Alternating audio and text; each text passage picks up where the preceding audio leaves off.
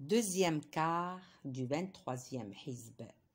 Ces deux groupes ressemblent l'un à l'aveugle et au sourd, l'autre à celui qui voit et qui entend.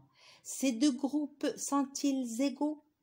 Finirez-vous donc par le comprendre? Nous avions déjà envoyé Noé à son peuple.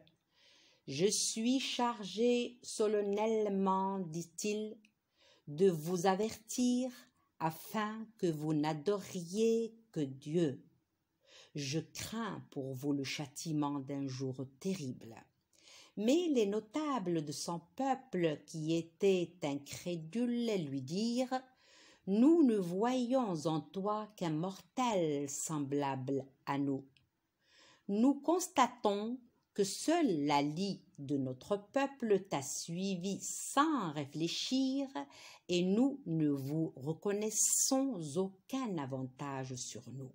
Bien plus, vous n'êtes pour nous que des imposteurs. » « Ô mon peuple, répliqua Noé, que vous ensemble, si par la grâce de mon Seigneur je suis pourvu par lui d'une preuve évidente qui demeure pour vous incomprise, devrons-nous vous l'imposer en dépit de votre répugnance? Ô mon peuple, je ne vous réclame en retour aucun salaire, car je n'attends de rétribution que de mon Seigneur. De plus, je ne puis repousser ceux qui ont cru et qui auront un jour à rencontrer leur Seigneur. Mais je vois bien que j'ai affaire à un peuple d'ignorants. Ô mon peuple, qui viendrait à mon secours contre Dieu si jamais je les chassais? Ne réfléchissez-vous donc point? Je ne prétends pas détenir les trésors de Dieu, ni être au courant du mystère. Je ne dis pas que je suis un ange, et je ne dis pas à ceux que vous regardez avec mépris que Dieu ne leur accordera aucune faveur, car Dieu seul sait ce qu'il recèle dans leur cœur. Si je le disais, je serais moi-même du nombre des injustes. « Ô Noé, dirent-ils, assez discuté, car nous avons jusqu'ici abondamment discuté.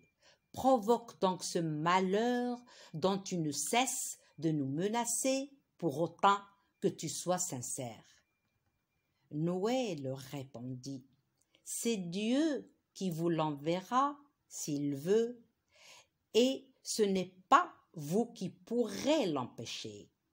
Les conseils que je pourrais vous donner ne vous serviraient à rien si Dieu décidait de vous égarer, car il est votre Seigneur et c'est à lui que vous serez ramenés. » Diront-ils, il a inventé ce Coran. Répands-leur, si je l'ai inventé, c'est sur moi que retombera le poids de mon forfait, mais je suis totalement innocent de ce dont vous m'accusez.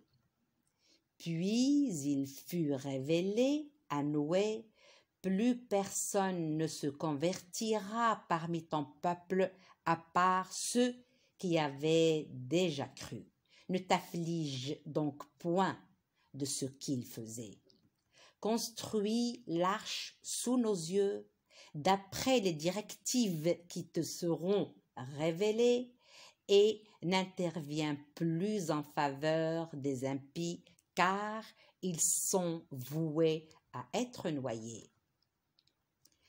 Noé entreprit la construction de l'arche, et chaque fois que les grands de son peuple passaient, il se moquait de lui.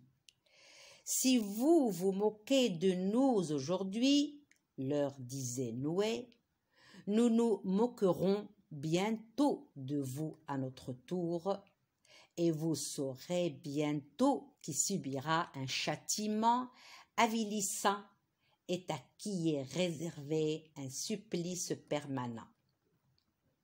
Et lorsque notre ordre fut donné et que le four se mit à bouillonner, nous dîmes alors à Noé, charge dans l'arche un couple de chaque espèce ainsi que ta famille, excepté ceux contre qui l'arrêt t'a déjà été prononcé.